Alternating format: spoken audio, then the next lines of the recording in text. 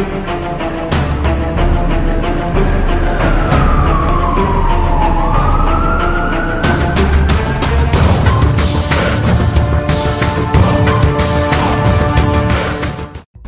मैं हूं रचना। CIN news के क्राइम टाइम में आपका स्वागत है। हमारे देश की कानून व्यवस्था में देर हो सकती है पर अंधेर नहीं।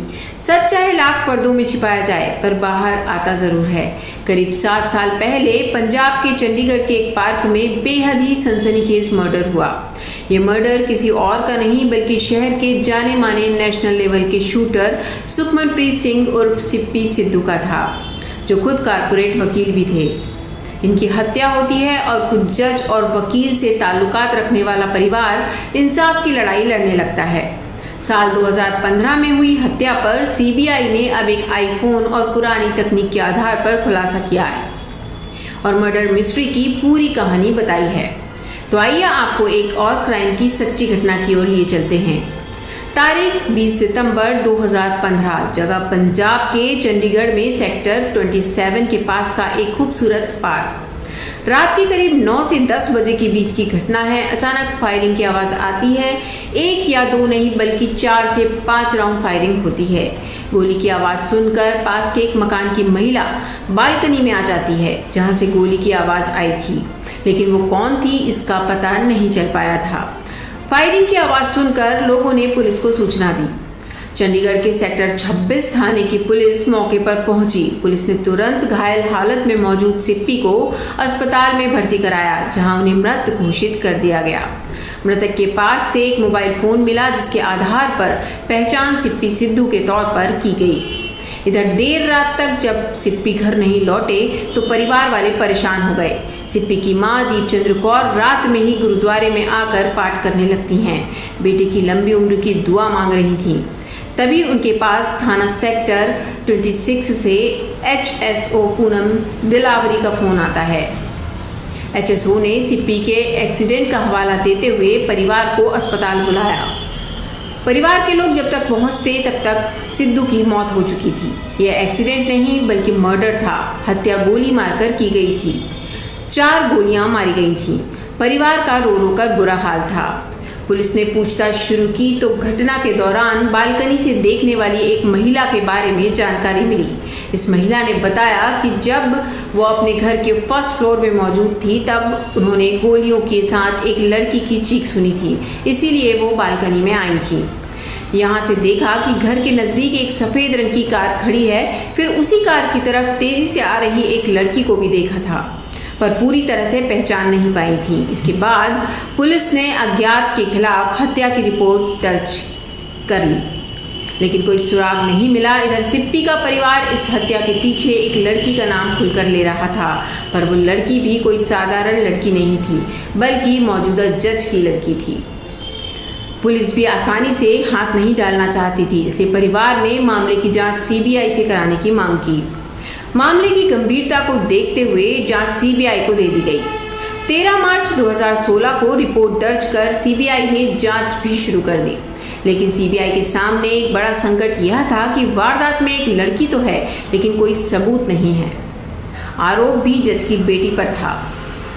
बिना सबूत कोई भी कार्रवाई नहीं की जा सकती, कोई बवाल ना हो, इसलिए CBI भी एक एक कदम फूंक फूंक कर रख रही थी। इस केस की जांच कर रही CBI ने भी उस समय अखबार में सुराग देने वाले को लेकर एक विज्ञापन निकाला था। सितंबर 2016 में CBI के अधिकारियों ने सिप्पी सिद्धू की हत्या केस में सुराग देने वाले को 5 लाख रुपए का इनाम देने का ऐलान किया था। ये भी कहा गया था कि इस बात के कई सबूत हैं कि हत्या के समय एक महिला मौका वारदात पर मौजूद थी। जिसने गोली मारी वो उसी महिला के इशारे पर मारी थी। अगर महिला निर्दोष है तो उसे खुद सामने आकर संपर्क करने का मौका दिया जा रहा है। अगर वो ऐसा नहीं करती है तो हम ये मान लेंगे कि इस क्राइम में वो पूरी तरह से शामिल है। लेकिन CBI का ये दाव भी काम नहीं आया। कोई भी लड़की सामने नहीं आई और ना ही कोई सुराग मिला। आखिरकार CBI भी थक गई, पूरी तरह से हार गई और फिर दिसंबर 2020 में CBI ने स्पेशल कोर्ट में अनट्रस्ट रिपोर्ट लगा दी। अनट्रस्ट रिपोर्ट का मतलब कि केस में कुछ भी पता नहीं चल पाया है। इसी समय लोग सड़कों पर उतरे और जस्टिस फॉर सिप्पी का अभियान चलाया गया। सीपी सिद्धू के परिवार ने इसका विरोध किया। फिर स्पेशल कोर्ट ने भी अनट्रस्ट रिपोर्ट को खारिज कर दिया। इसके साथ ही कोर्ट ने सीबीआई को फिर से इस केस में तेजी लाने का आदेश दिया। असल में जब केस में कोर्ट की फटकार पड़ी तब सीबीआई ने शक के आधार पर सीपी सिद्धू की बचपन की दोस्त रही कल्याणी से पूछताछ की, पॉलीग्राफी टेस्ट भी किया, लेकिन कोई जानकारी नहीं मिल पाई, बल्कि एक तरह से इसे भी चकमा दे दिया गया। आखिरकार सीबीआई के पास अब क्राइम की जांच का एक ही तरीका बचा था, पहचान परेड, यानी टेस्ट आइडेंटिफिकेशन परेड। इस केस में भी घटना की चश्मदीद रही इस महिला से पहचान कराई गई और उन्होंने कल्याणी सिंह की पहचान कर ली।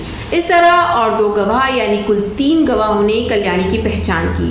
इसके बाद सीबीआई ने पूरे मामले में कल्याणी सिंह के खिलाफ सबूत पेश कर उससे पूरे घटना की जानकारी जुटाई और पूछताछ की। तब आखिरकार उसने पूरी घटना का खुलासा किया।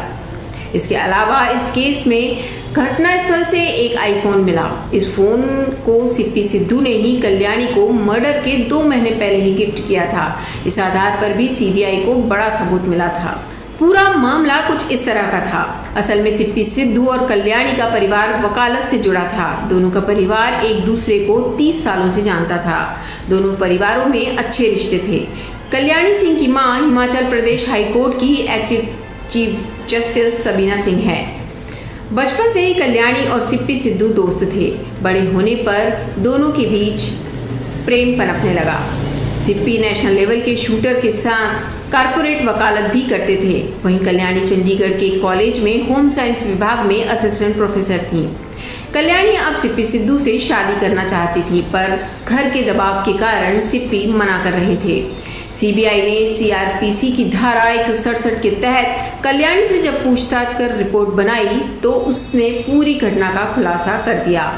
असल में कल्याणी ने बताया कि सिद्धू ने उसके साथ की कुछ प्राइवेट अश्लील तस्वीरें अपने फोन में सेव कर ली थी, जिसके बारे में उसे कोई जानकारी नहीं थी।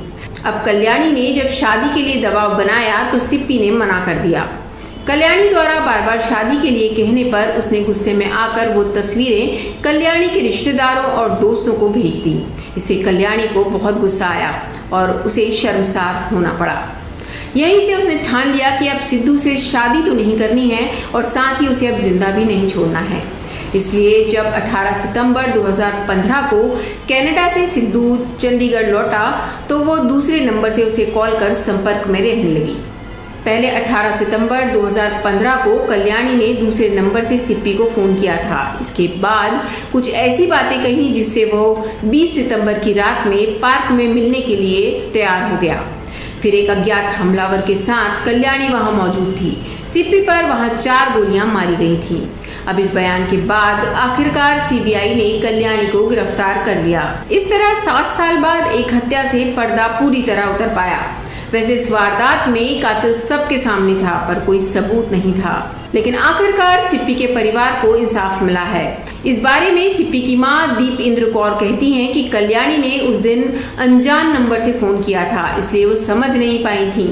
वो कहती हैं कि कल्याणी खुद को डिप्रेशन में होने की बात कहकर उसे फंसाती थी। घटना वाले दिन भी उसने कहा कि मेरा डिप्रेशन ठीक हो गया है और बस अब एक गोली बाकी रह गई है। अब मुझे क्या पता था कि गोली कोई दवाई नहीं बल्कि जान लेने वाली कारतूस की बात कर रही थी। सीपी की मां कहती हैं कि 7 साल बाद खूनी पकड़ी गई और अब उसे फांसी के बजाय उम्र कैद की सजा मिले ताकि वो पूरी जिंदगी मरते दम तक जेल में ही गुजारे।